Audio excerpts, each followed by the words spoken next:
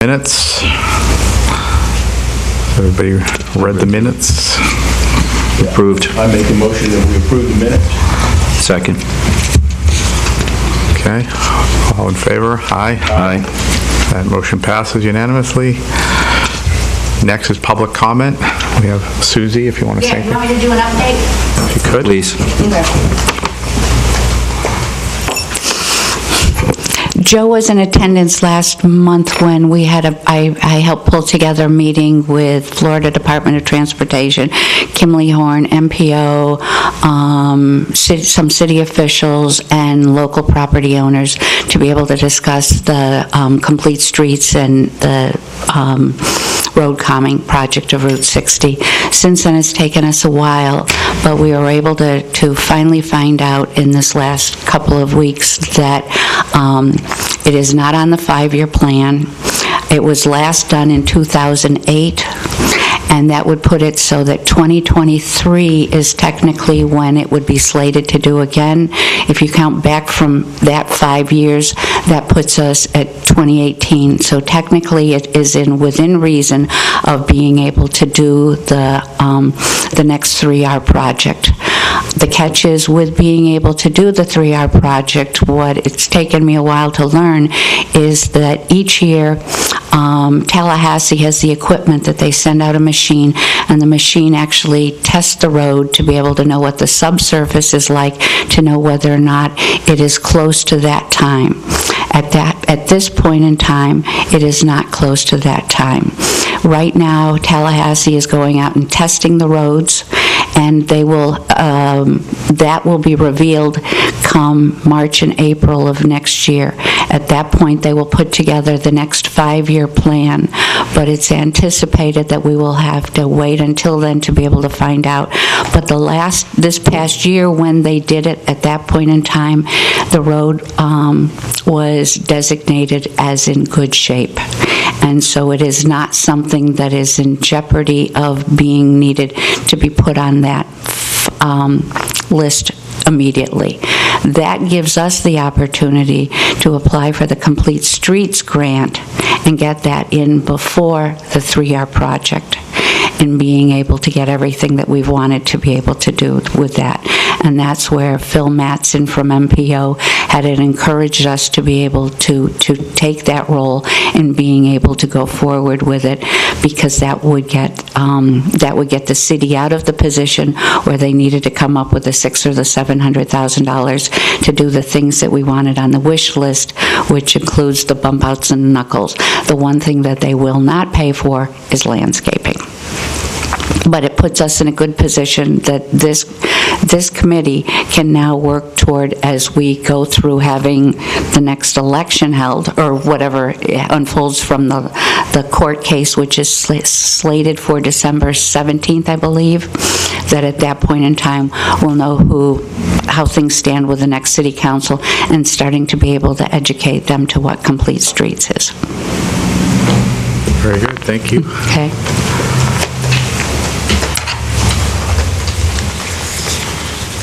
So basically, we're at a standstill.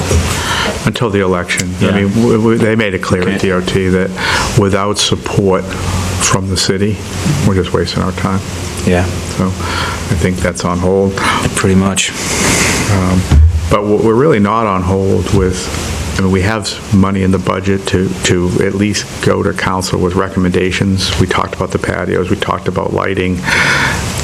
Unfortunately, we don't have many people here today, but I think we could agree on budget numbers of like, what do we want to ask for each project? And I remember quite a few weeks ago, Terry, you and I actually talked some numbers about, I think the consensus was a typical platform kind of patio is probably $5,000 to $7,000 to construct.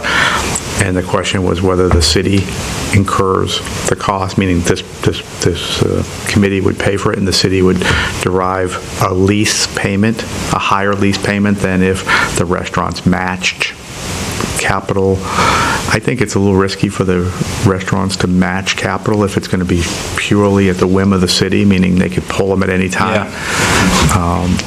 My suggestion would be, as always, that we poll the restaurants, or somebody polls the restaurants to see who's interested. I keep reiterating that Blue Agave is definitely interested. We have a pilot there. So is Off the Rail and Rio Coco, I believe. So, I mean, assuming there was no others, that's 3. So for less than, in the $20,000 range, we could construct 3 patio, 3 outdoor dining areas as a test. And the question then would be, what would the income be to the city, which is, for the lease payments?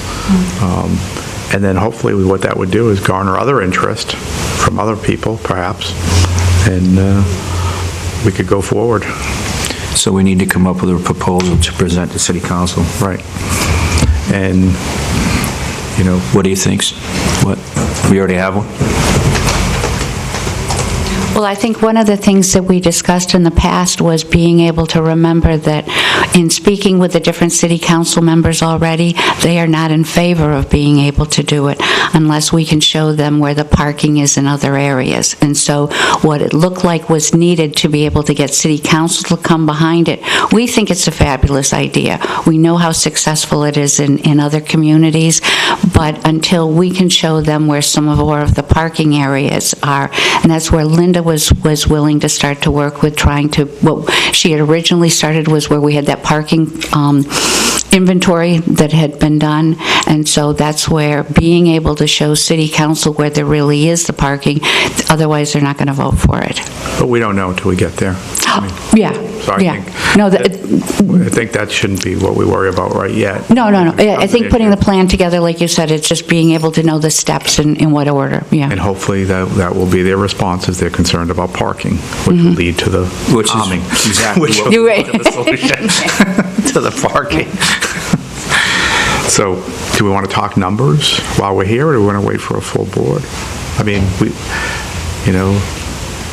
you and I had talked about, I don't even remember what the record is, but, we talked about land values. A typical parking space is less than 200 square feet. So,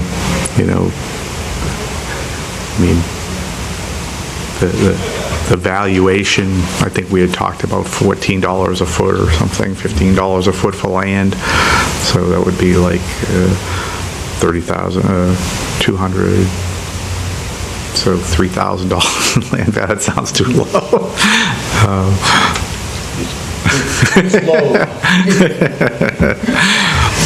If you double it, even 6,000, and you said even a 10% return would be $600 a year, $50 a month rent. Yeah. Seems reasonable. And I think even if you double that $50 a month to $100 a month, because you have administrative costs, with that and everything like that, that would still probably be a reasonable fee. I don't know. I think the restaurants would start to feel a pinch at 100. You think so? Yeah, because it's so seasonal. Yeah. Your mic's not on. Hello. How do I turn it on? Push the button. There we go. Hello. Okay. Thank you. I think the administrative costs could be nominal because they could pay a year in advance. It wouldn't have to be a monthly payment. It could be an annual fee of $600 or something. Okay. All right. And that's just my own opinion, because people don't sit outside that often, actually, and there's maintenance for it. There's aggravation that comes. There's more of an amenity. Sometimes it'll produce income, but sometimes it just takes people from inside and puts them outside. It doesn't actually add seating. That's been something. And even if they're outside just having cocktails while they're waiting to be seated inside, that's still a plus. Well, even the way all 3 places currently are, they still have people sitting outside all day, every day. Coco Rio, they have that walkway. Off the Rail, they have the sidewalk. And same with Blue Agave. They're still outside. So I think the reason why we're even talking about it is because they already do it. Right, well, people it's definitely an amenity. All the Delaware, any place that has restaurants, outdoor dining is a component of it, no matter what restaurant you go to. To some degree. Those 3 places just happen to have a good location for it. And it's not, I don't think the parking in either either one of those, especially Off the Rail and Coco Rio, it's going to be that big of an issue, just because of their location. Right. Yeah, and we're also entering the time of the year when people will sit outside day or night. Yeah. Because the weather's so favorable right now, so. So, I mean, if it was up to me, I would say that the proposal would be that this committee offer up a number that we want to allocate to that on a proportional basis. In other words, if there's 5 restaurants, then that money gets divided by the 5, and there's a cash contribution for the difference. If there's only 2 restaurants, then the commission the budget pays for it. If the restaurants have to contribute, my advice would be it'd be prepaid rent. But that causes, and then there'd have to be some sort of repayment in the event of the city decided to cease. Joe, go over the numbers once again, just for the record, at $15 a square foot in one parking space. Let's just do that. 200 square feet times $15 a square foot. I thought it was $3,000. Right. It's $3,000, yeah.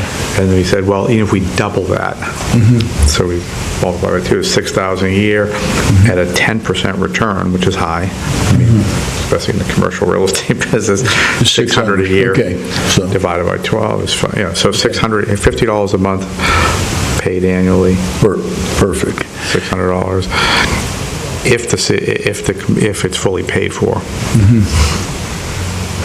So should we put that in the form of a motion,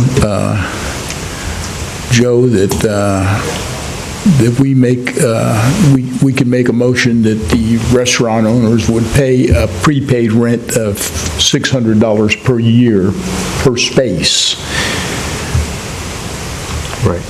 Yes. On a license agreement, essentially. On a license agreement with the City of Vero Beach. With the city attorney, but the way I think Stuart does it, it's purely at the city's discretion. That gives them all the protection they need. And then the only thing I would say from the other side is, to the extent they pulled it, the restaurant should be rebated for any prepaid rent. So then I would amend the motion that the restaurant people that would be interested pay a prepaid annual rent of $600 per year per parking space, subject to the discretion and the approval of the city council. And if the city council were to withdraw that approval, that the prepaid rent would be reimbursed at a prorated rate. Right. Did I cover it? I think so.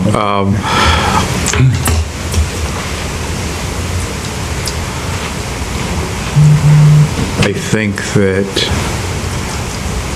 I believe the number's right. I think the more I think about it, most people would value a parking space. I mean, you could build a garage, I think I was hearing, for $13,000 a space. No, it's $30,000. $30,000? Yeah. Okay. Surface parking, I think, is about $10,000 a space is an allocated value. And so, you know, at $10,000 a space and a 6% return, we're still at $600 a year. So I think that's the right number. I just, you know, when we presented, I don't want the council to, that's why I was afraid of the low ball at $15 a foot. You know, even if you double that at $30 a square foot, puts it over $1 million an acre, which is expensive, but not, but I keep going back to, I actually think the $600 a year is the right number. I guess part of what I'm worried about now is the motion is, do we just ask that we budget a certain amount, or we go to the restaurants first? In other words, just say, look, we have these 3 restaurants, and we've budgeted, you know, $21,000 to build these things, or up to $25,000, and it's a, you know, subject to bids. It goes out to bid, you know. So I think we go to the restaurants first. I think Joe, so, too. To see what the level of interest is, because we might surprise ourselves. Well, we already got some interest, but you're right, we should go to them first. And I don't think, from what I can see, I don't think that they're going to rely on the city. So I think it's a no-brainer with the way you've got to proposed. The other way we could do it is we could just go to council with a proposal to spend and ask them to put out like an RFP, like a request or an advertisement that it's available, right on the website, that the City of Vero Beach is offering a certain number of restaurants in the downtown area to apply for this license, and this is how it would work. They do it as a lottery in Stewart. That's a good point. If there were that level of interest, we could do the same thing. We could do a lottery, and that way nobody would complain that we're unfairly selecting certain businesses. And they have to do it every year. The ones that are there, they favor, but it gives the opportunity to bring, some of them drop off, if a restaurant closes or something like that, and the other.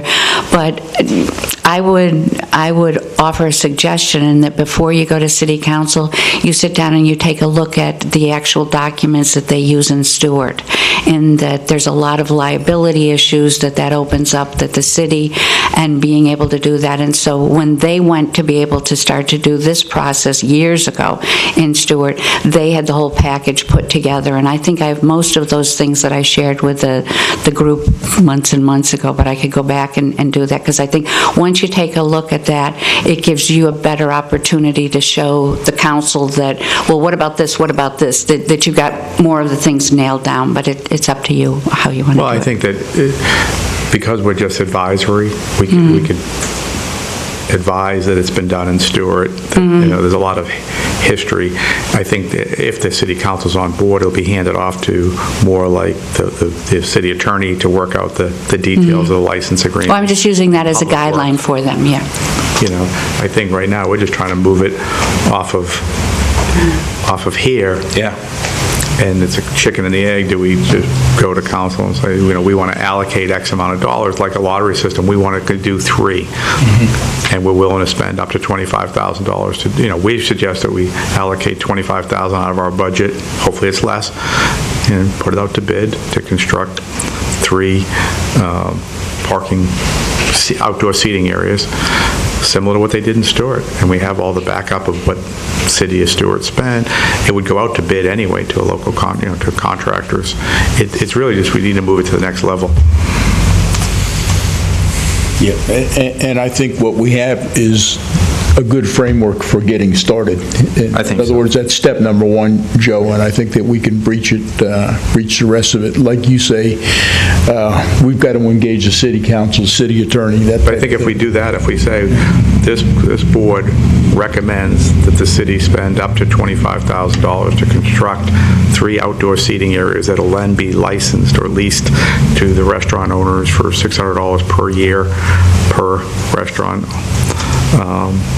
It's going to be an up or down, and that's going to, obviously, at that point, we're out of it, because then I think it becomes a city issue, of public works. We should still see if there is interest that we can actually, whether or not if it's worth moving forward with it, but yeah. So I would We know, I as a principal in Blue Agave, I could tell you for sure. Yeah. They're interested. Off the rail is too. But so we only need 1. In other words, we don't have to spend the 25. We're allocating 25 of our 75 to outdoor seating, which is an amenity downtown. If 5 people want it, it's going to be a lottery, is what we would suggest. But we know there's at least 1. It's hard to believe there's not 2 or 3. Sure. And if there's more than 3, then it's either a lottery or some sort of, and the council is going to get involved in making that decision as to, whether they buy into that or whether it's going to be 50, they're going to match. Who knows? But I think the bigger issue is, are they on board because of the parking issue? I think that's going to be the only potential What would be the pushback. best way to present it then? But I mean, you're talking about the loss of 3 parking spaces. I don't think that's going to make a significant difference in the But I parking. think we should, I agree with you, but I think we should just make the argument. I think we should present it to council. It should be a recommendation of this board. So Joe, I'll amend my motion then to include that we recommend to the council that we fund 3 spaces at a maximum cost of $25,000 in our tax increment financing funds to create at least 3 different spaces. And if the interest is above 3, then we will have a lottery to decide which restaurants or businesses are allocated those spaces. And then the income, the fee to be, And the fee for each space would be a prepaid annual fee of $600 per year. Bob? I agree with that. So we have a motion, Yeah. second? Second. All in favor? Aye. Aye. So motion passes unanimously.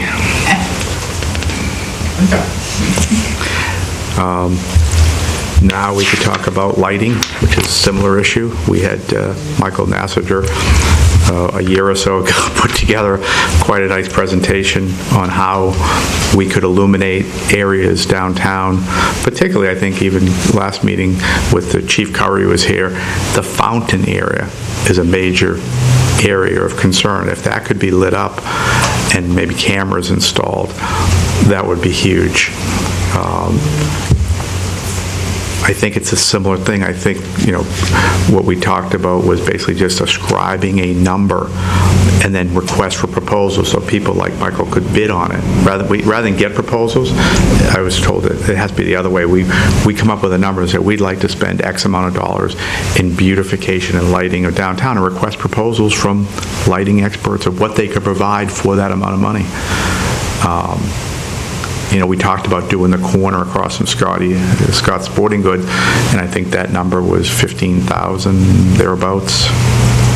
But when I look at that, Joe, there's a difference between the beautification type lighting that Mike has proposed and actual public safety type lighting that might illuminate the fountain area, which might be more like sodium vapor lights or something like that, something that's a little bit brighter. And there's no question, and Chief Curry has even said it in the minutes for today, there's no question that improved lighting in those particular areas where we have the homeless problems and the crime problems and everything is probably the strongest return dollar for dollar of anything that we can do there to prevent crime and to make those areas safer, the more illuminated it is. So we're caught between, do we do lighting just as a aesthetic? I think it could be both. I actually think that's what the RFP should be.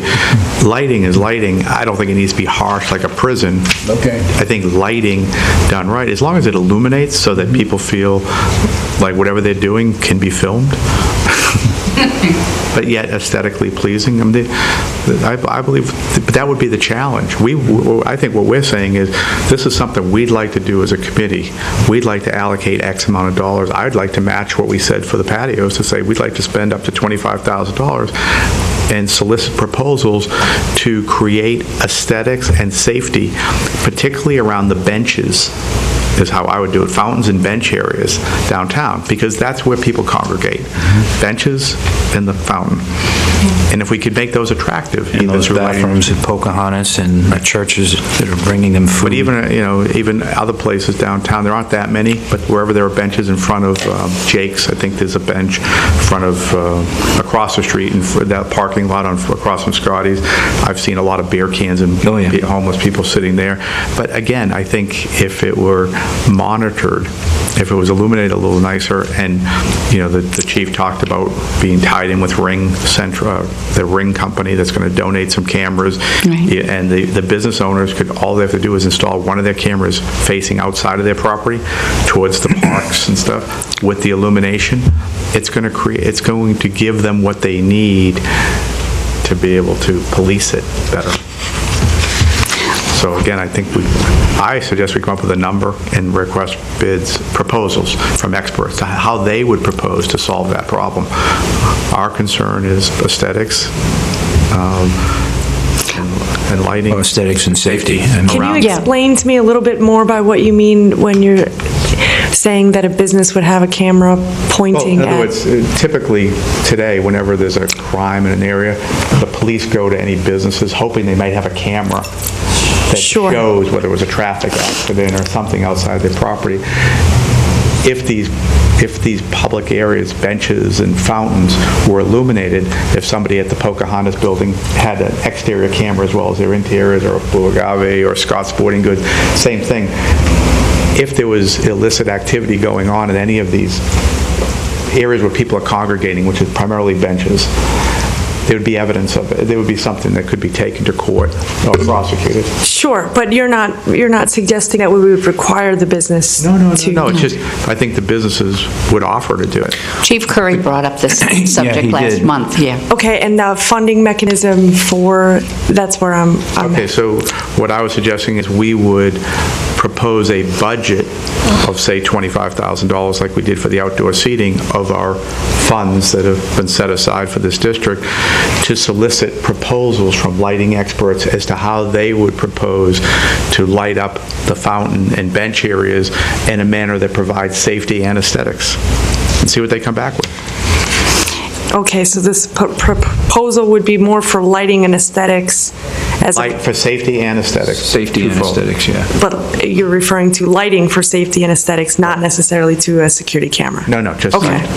that was a secondary benefit of if something's lit. But we did talk about that, of possibly putting it on the old courthouse last month, which I'm sure Bob Brackett would be fine with. Just to be able to catch you up, Michael Nafziger worked with Rob Slezak of Park and Recs to be able to figure out what was needed to be able to put in the lights. You can figure out what kind of lights you want to put in there, but the infrastructure is not there to do a certain amount of options that we'd like to do. When we took a look at being able to bring the lighting up through the trees instead of like putting it through the limbs of the trees.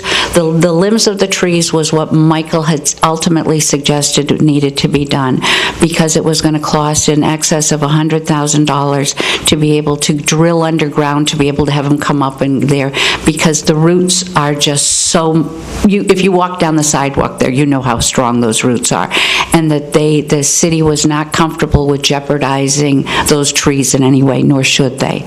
And so being able to put the lighting, we have the opportunity to put the lighting around the fountain. Michael did a beautiful one with being able to do that outlining with the fountain and all of that.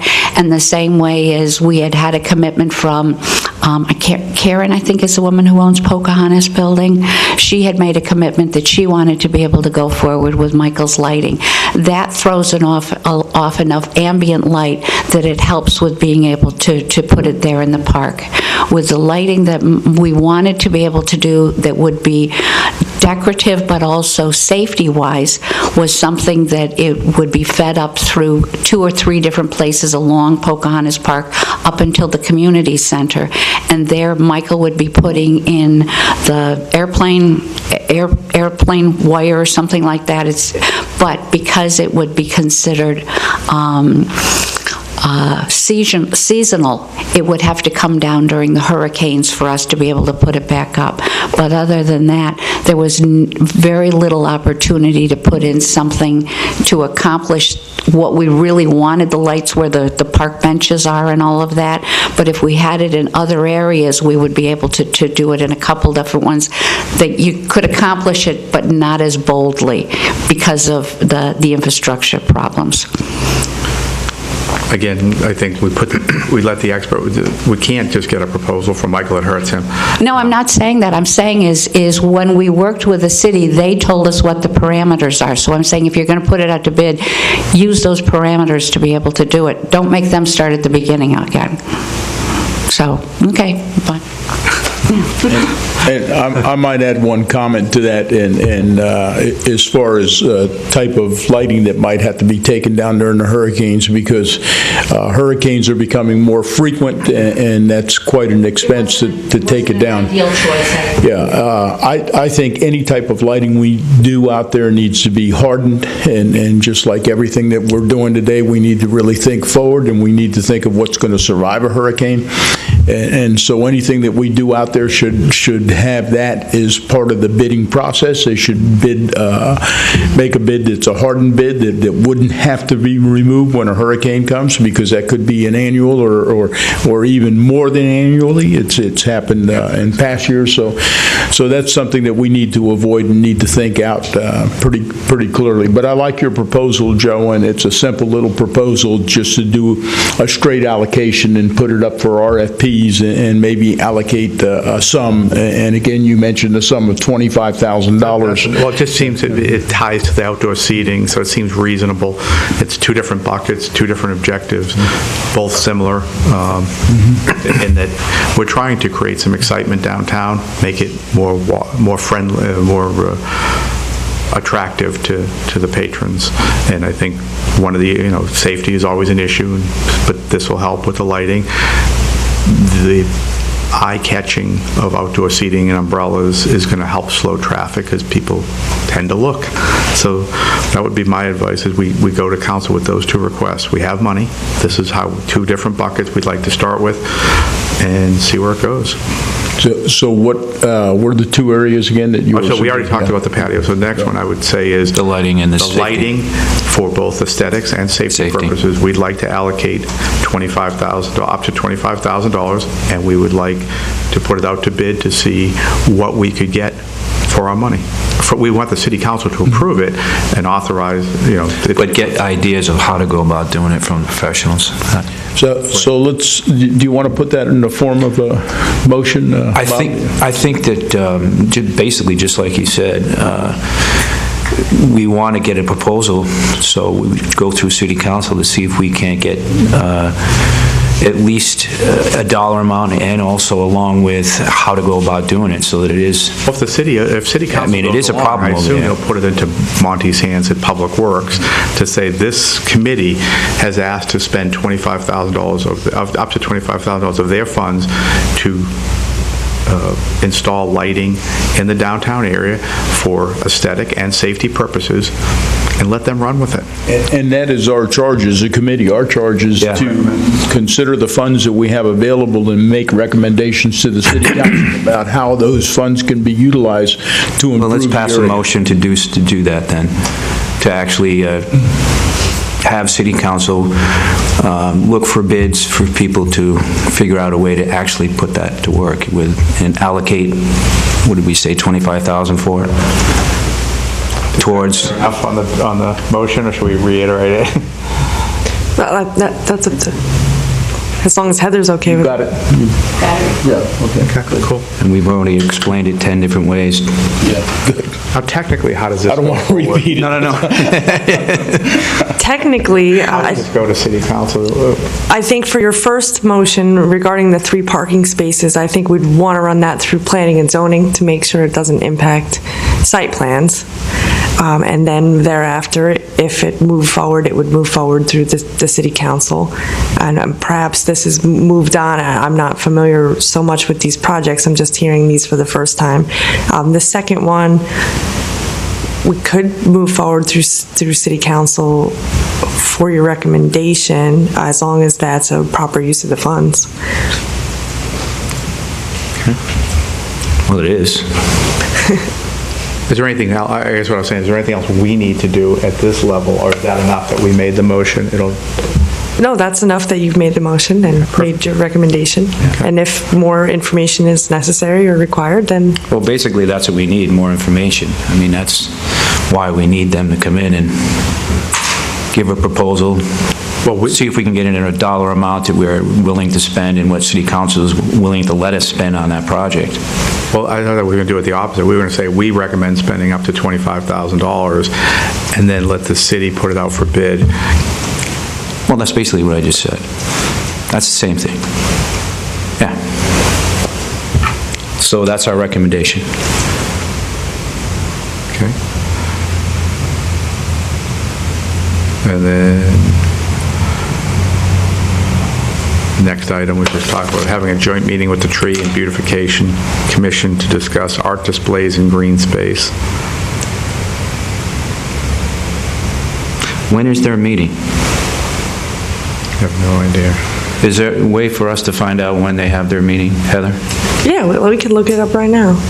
You know, Joe, I don't know if we can get to old business or new business, and I don't know, I think it'd be a little bit of both, but I've had an idea that I'm thinking of, and if we're done with those 2 points of the 2 previous motions, the lighting motion and the parking space motion. Those 2 are done. I had a thought on how we can accelerate the traffic calming issue and utilize our funds to do it. And one of the thoughts I had is, one of the proposals that I recall was $1 million proposal to create this traffic calming thing where we would actually close 2 of the westbound lanes down, create parking spaces, add some bump outs, and actually do a little bit of landscaping. I think it was a shade over $1 million, maybe $1.1 million or thereabouts. So I did a calculation based on $1 million, and if we could issue a bond in the amount of $1 million, it would be a municipal bond, a City of Vero Beach municipal bond, and those interest rates are typically very low, and I used a 4.5% interest rate, and I think the interest rate would actually be lower than that because it's a tax-free bond for an investor and everything. The monthly payments would be about $7,600 per month over a 15-year period, and the bond could be a 20-year bond, which would make, so if we went to 20 years on the bond, the monthly payment would drop down to $6,300 a month. That would be $72,000 a year, and this is a way to put this traffic calming issue on the front burner. Now, I know that there's legal issues that have a lot to do with the bonds and how you can finance bonds and how you could pay bonds and that type of thing, but this is something that maybe we should be looking at, maybe we should explore. We've been waiting and waiting and waiting, and this goes well before the committee was founded 3 or 4 years ago for this traffic calming, and it seems like it's never going to happen. But if we could do something with these tax increment funds that we have and actually accelerate that, that might be one of the best projects we could do for the entire downtown area. Use the fund. We can't borrow money and use the funds to pay it. But I think at this point, we've made, I really believe after listening to the complete streets and all that, and that there is a resurfacing project coming up, the number one issue is political. Get the city to decide, are they in favor of the traffic calming and creating parking downtown? If so, we could apply for complete streets. There's no cost to speak of. And if they agree to it, they'll spend all the money to do it. Or they'll work with DOT to do part of it. They'll do the bump outs. They could, and then when DOT comes and resurface, it actually looks likely that because they haven't spent money in the Treasure Coast. This Complete Streets has been working in South Florida and other places. So there's probably a decent chance that we would be successful. And if we weren't, the worst case is we could ask City Council, forget our group paying for it, just the idea of we'd like to see this happen. They could float a bond over that whole territory of the downtown zone and tax incremental finance it. I mean, they could, but hopefully wouldn't have to go there. Because the DOT has the funds to do it, Complete Streets has the funds to do it, and if it's done in conjunction with a resurfacing, if we didn't want to spend the money for the bump, if we didn't want to actually put hardscape in, all the money's in DOT for striping. And once the striping's in place, we could go the following year, one at a time, to go to DOT for permit to get rid of the striping in the middle of the street and put in a hard landscaped area or something. I think that we could do with our own funds, 30, 40,000 a time to create an island. So we could do 2 right away and 4. And so I think right now, from everything I've seen and heard, this is a political issue, number one, of where the city envisions going with the downtown. Is it going to continue to be a superhighway through this downtown Vero Beach, or is it going to be the quaint downtown that I think everybody, with the cultural arts and the Pocahontas and all the things that people talk about, keep Vero Vero, we have a good shot.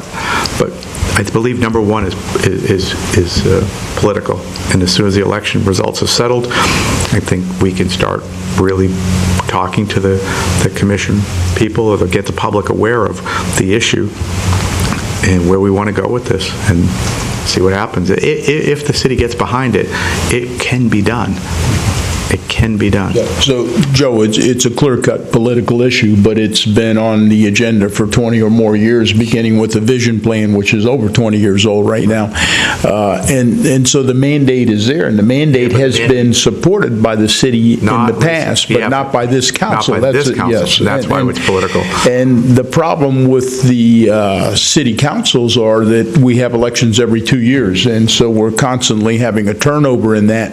But you would think that there would be some continuity, particularly in a plan that's so expensive and so forward-looking as the vision plan, that they would carry that out and execute it, and there may even be some obligation on the part of existing and new members of the council to support those mandates that have already been passed by past city councils. I don't know. That's a question for the city attorney. Well, I actually think that all DOT is asking for at this point is a letter from the city showing support. We could get that from, hopefully, if we could get that from the council, I actually believe that it would be harder for a new council to want to take it away. This council didn't even take it away. They took it out of the master plan, but nobody was in opposition out in public. They never took a position against. They just said, let's leave it out of it. In other words, because it was a contentious issue, they didn't actually take positions. I didn't hear formally any position, and they were clear about that. They weren't taking a position. So I think right now we want them to take a position as soon as we know who the elected officials are. If they take the position that they support it, they put it in writing, we get it to DOT, ball's moving forward. Once it's in place, it's like Obamacare. It's hard to get rid of it. It would take a new council to say their predecessors didn't know what they were doing and that the sentiment of the community has changed. Hard to believe that would happen. I actually think this is the right step. But I think, Terry, you've got a very good point in terms of what the past has been like and that there's no continuity in being able to have to continue to play the political game and not having the leadership. The game changer is the continuity now is FDOT. This is what they're advocating for, and they're the ones that are setting the standards. So whether this is a state road or the city has to have a say in being able to do it, they are changing people's minds for us, and that's where, all of the things that Joe's talking about, I think it's finally the tide has turned for us to be able to do that.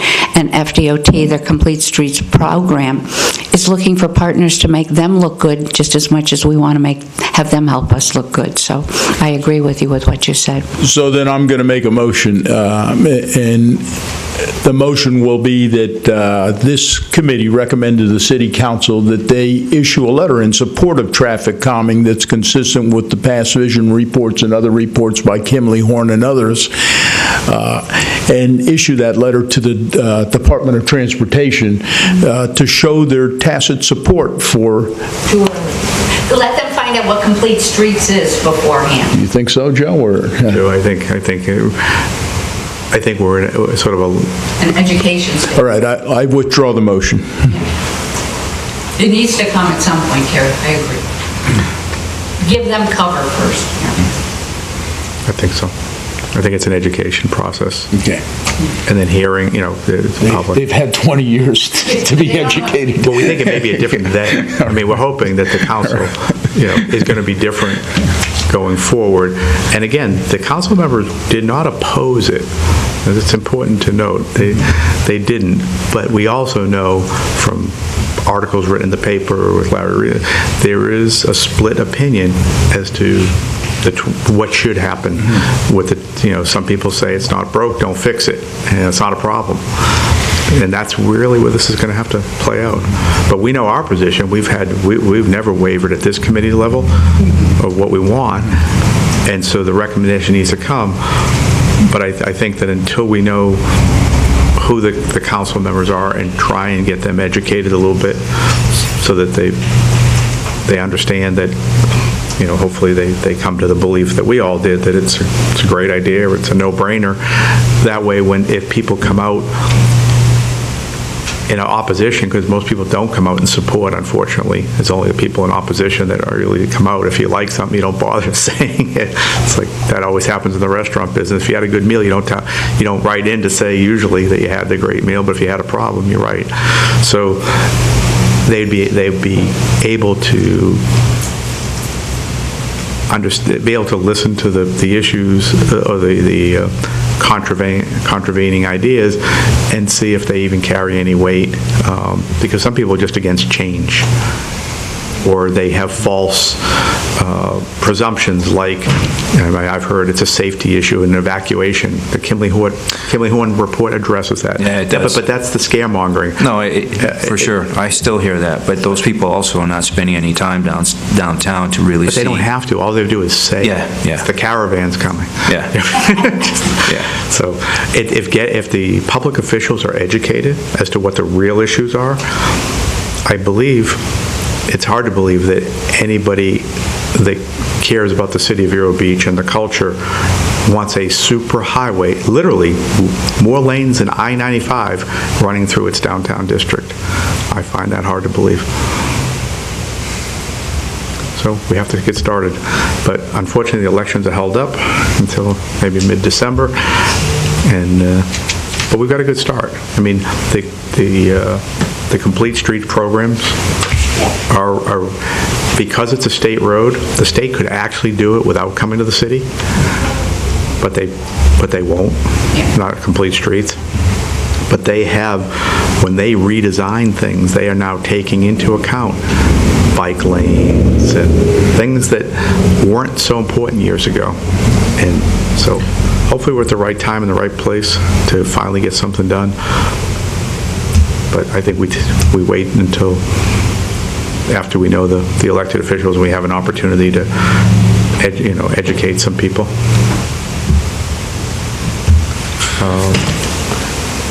Did we find out when that meeting is with the... The next Tree and Beautification Committee meets December 20th at 9 a.m. Yes, 9 a.m. The third Thursday.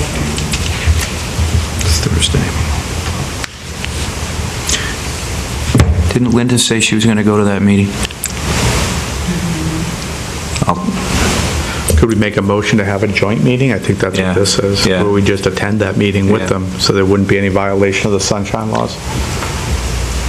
Yeah, the sunshine applies to members of a single committee, not necessarily So we members can of... go to that meeting? Yes, you can attend that meeting, but it wouldn't necessarily be on their agenda to have a joint meeting. So I think at that meeting, we would decide to have the joint meeting. So all the members, it's not a problem for sunshine if 2 or 3 members of this board. Well, you're in a public meeting. What I would like for you to avoid is discussion amongst one another outside of a public meeting. But yeah, I would make the recommendation that at that meeting, we make the request for the joint meeting. Because I don't know how else we would have a joint meeting before. We can have one by December 20th. Making the request to the tree committee before that. Okay. So we'll let you know. Thank you. Okay. And so then I think we just had to update the master plan. I don't know if we want to do that today or wait till we have more members. Yeah, It's pretty far along. I mean, I think we wait, Joe. Yeah, I do on too. that. We should have the rest of The input from the rest of the committee. then why don't we, unless there's anything else, any other items to talk about, any new business you want to bring up? I think we made progress today, so. And just a point of clarification, sorry to go back to your outdoor seating concept with the patio. Were you going to reach out to businesses to see if there was that interest first? I wasn't. I think the motion was that we go to city council requesting that they allocate or agree to allocate up to $25,000 of our funds towards the creation of these outdoor seating areas and to solicit interest. We have already talked to them in the past, the restaurants that we discussed today, and there was definite interest, especially Blue Agave and especially Off the Rail. Okay, and those 2 businesses would be comfortable with giving up 3 parking spots? No, one per. One per, I see. They're not public, they don't belong to the businesses, they're in the right-of-way. Right. So it would be a license agreement or a lease with it. Stuart has already sort of set all the groundwork for this. It's more of a legal issue, but the way it works is it's almost like you get, like the farmer's market, where you basically occupy that space. You agree to have the right to utilize that space. They build essentially a little pallet, if you can picture that, with a rail around it, maybe some, and they just basically drop it and anchor it to the parking space, and if it becomes an issue or a nuisance, they pick it up and it goes away, and the parking returns. And did you have a specific place in mind for these 3 spots, or do you mean one out front of each? Pretty much in front of each. Yeah. Okay, one in out front of each. I see. So they wouldn't be losing 3 collectively, they'd No. each be losing 1. Right. In concept. Right.